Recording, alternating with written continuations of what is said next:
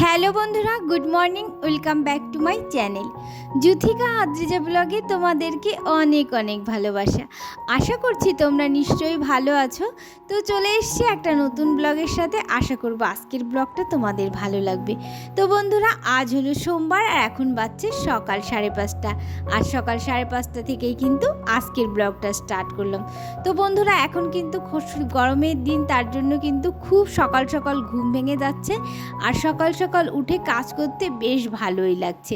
তো সকালবেলায় চলে এসছে আগে কিন্তু এই যে আমার খোলা ব্যালকনি ছাদে।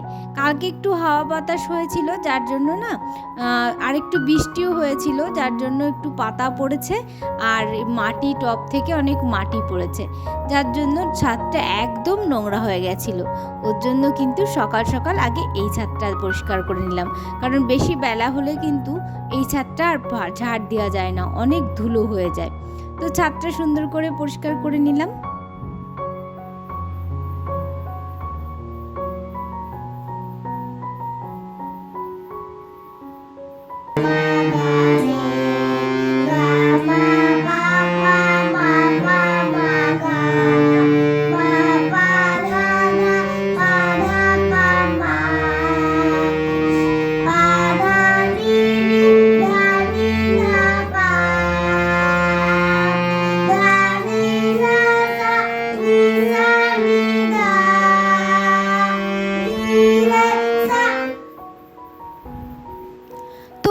কিন্তু সব কাজ গুছিয়ে রেখে বিছানা গুছিয়ে তারপরেই কিন্তু ছাদ বাগানে গেছিলাম।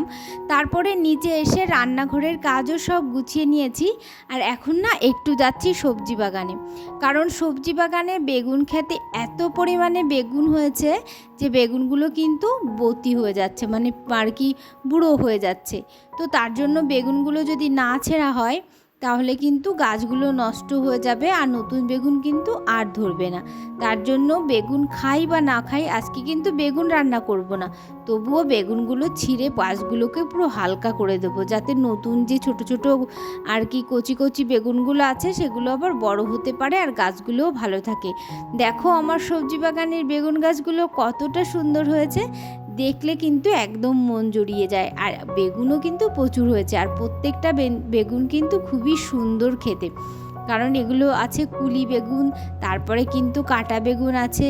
বেশ সুন্দর বেগুন, দেখলে মন জুড়িয়ে যায়। আর দেখো একটা গাছে কতগুলো বেগুন হয়েছে, এগুলো হলো কুলি বেগুন। তো এগুলো কিন্তু সেদ্ধ খেতেও খুব ভালো লাগে। আর আজকে আমি বেগুন ছিঁড়লেও বেগুন রান্না করব না, কারণ ঘরে না অনেক রকম সবজি রয়েছে, যার জন্য বেগুনটা রান্না করছি না। তো যাওয়ার সময় কিন্তু নিয়ে যাওয়ার সময় আমার কাকিমাকে কিছু বেগুন দিয়ে যাব, তারপরে বাড়িতে গিয়ে কাকাকেও কিছু ছোটো কাকাকেও কিছু বেগুন দিয়ে দেব। তো আর বাদবাকি রেখে দেবো পরের দিন রান্না করব বলে। আর ওদিকে বেগুন দিয়ে আসার পর তারপরে কিন্তু আমি এই যে রান্না করতে শুরু করে দিয়েছি, ভাতও বসিয়ে দিয়েছি। আর এদিকে সবজিগুলো কেটে নিয়েছি, বাঁধাকপির ঘন্ট করব, যার জন্য বাঁধাকপিটা কিন্তু প্রথমেই সেদ্ধ বসিয়ে রেখে গেছিলাম, কারণ এখন টাইম, তার বাঁধাকপি ভালো করে সেদ্ধ করে না নিলে গলতে চাইবে না, ওর জন্য কিন্তু সেদ্ধ করে রেখে দিয়েছিলাম জল ঝরাতে। তারপর আবার একটু জল নিংড়ে নিংড়ে তারপরে কড়াইতে দিয়ে দিয়েছি, মাছের মাথা দিয়ে ধনিয়া পাতা দিয়ে বাঁধাকপির ঘন্ট করব। এই ঘন্টটা খেতে আমার কাছে অসাধারণ লাগে, যার জন্য বাঁধাকপি আনলেই কিন্তু আমি এটা করার খুবই মানে আমার ইচ্ছা হয়। আর তাছাড়া বাঁধাকপি দিয়ে কিন্তু আমি বড়াও খাই। তো যাই হোক, আগে বাঁধাকপিটা রান্না করে নিচ্ছি, তারপরে কিন্তু আজকে রান্না করব এঁচোড় চিংড়ি।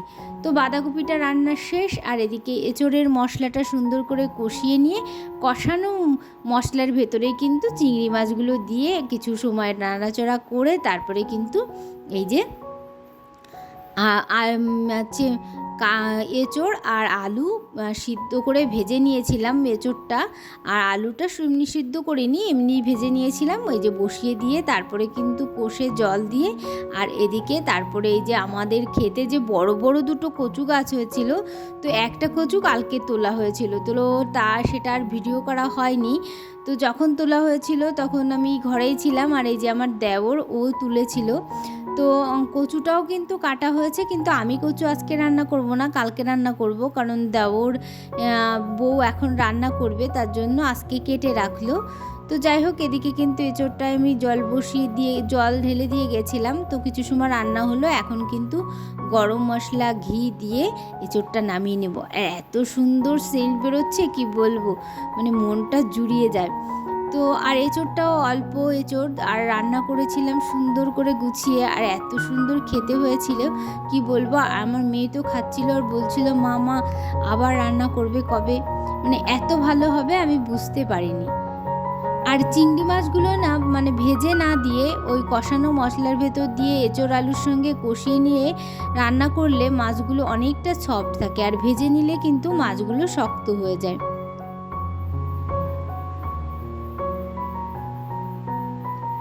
তো তারপরে কিন্তু রান্না বান্না শেষ, তারপরে কিন্তু উপরে চলে এসেছি। উপরের এই যে মেয়ের ঘরে প্রথমে ঢুকে পড়েছি। তো মেয়ের এই সুর একটার ওপরে যে সাজানো ছিল, এখানে না দেখছি ধুলো ধুলো পড়ে গেছে। তো নামিয়ে একটু পরিষ্কার করে নিচ্ছি।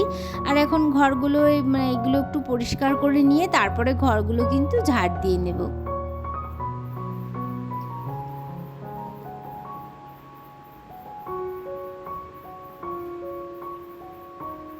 আর ঘর ঝাড় দিতে আসলে কি হয় জানো তো, সোফার নিচে খাটের নিচে এত নোংরাগুলো থাকে, এত ঝাঁটা ঢুকিয়ে ঢুকিয়ে ঝাড় দেবো, তারপরেও ফ্যান চালানে কোথা থেকে যেন নোংরাগুলো আবার বেরিয়ে আসে।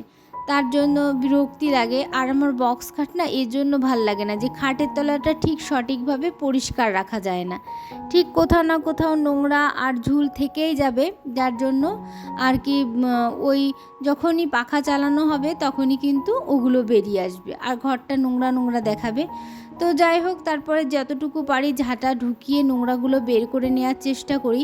আর ও পাশের খাটটা আমার কিন্তু বক্স নয়, যার জন্য খাটের তলাটা পরিষ্কার রাখতে আমার কোনো অসুবিধা হয় না। যাই হোক, ঘরটা পরিষ্কার করা হয়ে গেল। আর এখন কিচেনটা ঝাড় দিয়ে হলঘরটা পুরো সুন্দর করে ঝাড় দিয়ে নেব। আর এই ঘরগুলো না বেশি তাড়াতাড়ি ঝাড় দেওয়া যায় না জানো তো, মানে আস্তে আস্তে ঝাড় না দিলে যদি যত তাড়াতাড়ি ঝাড় দেবো ধুলোটা ঠিকঠাক যায় না, আবার ফিরে ফিরে আসে। যার জন্য অনেক আস্তে আস্তে, কিন্তু এখানে আমি তাড়াহুড়ো করে দেখালেও ক্যামেরায় কিন্তু আমি অনেক আস্তে আস্তে করেই কিন্তু ঘরগুলো ঝাড় দিয়েছি। আমার অনেকটা সময় লেগে যায় এই ঘরগুলো ঝাড়পোছ করতে।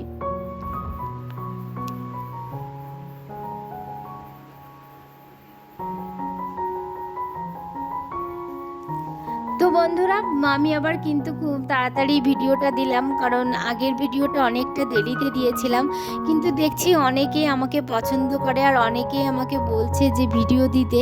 তো অনেকেই নাকি আমার ভিডিওর অপেক্ষায় থাকে। এটা শুনে এত ভালো লাগলো যে আমি আবার তাড়াতাড়ি একটা ব্লগ দিলাম। এভাবে যদি তোমরা আমাকে ভালোবাসা দেখাও আর আমাকে এরকম কমেন্ট করে জানাও, তাহলে কিন্তু আমি অনেক সুন্দর সুন্দর ব্লগ দেব।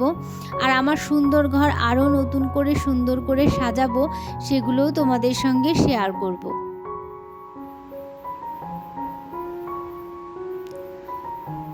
তো হলঘরটা ঝাড় দেওয়া হয়ে গেছে, আর এবার এই রুমটা, মেয়ের রুমটা ঝাড় দিয়ে নেব, তারপরেই কিন্তু উপরের কাজ শেষ।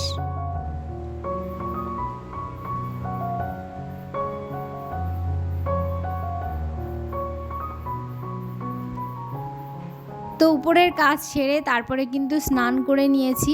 আর স্নানের সময় তার আগেই কিছু জামা কাপড় ভিজিয়ে রেখেছিলাম, যেগুলো স্নানের সময় কেচে দেবো বলে ভেবেছিলাম। সেগুলোই কিন্তু কেচে তারপরে স্নান করে চলে এসেছি ছাদে। আর ছাদটা না এত সুন্দর লাগছে, কেমন একটা হালকা হাওয়া বইছে আর গাছগুলো নড়ছে, এত সুন্দর লাগছে কি বলবো। এরকম এই পরিবেশ আমার দারুণ লাগে, মানে এই গরমের সময় তারপরে যদি হাওয়া বয় আর মাঝে মাঝে রোদটা বুঝে যাচ্ছে, তখন এত ভালো লাগছে। কারণ রোদের কিন্তু প্রখর তাপ, আর এই তাপটা না সহ্য করা যায় না। যার জন্য যখন একটু রোদটা কমে যায় বেশ ভালোই লাগে। তো এই যে বিকেলবেলা কিন্তু মেয়ের ম্যাজিক গাড়ি করে ভাইকে নিয়ে একটু ঘুরছে উঠান দিয়ে।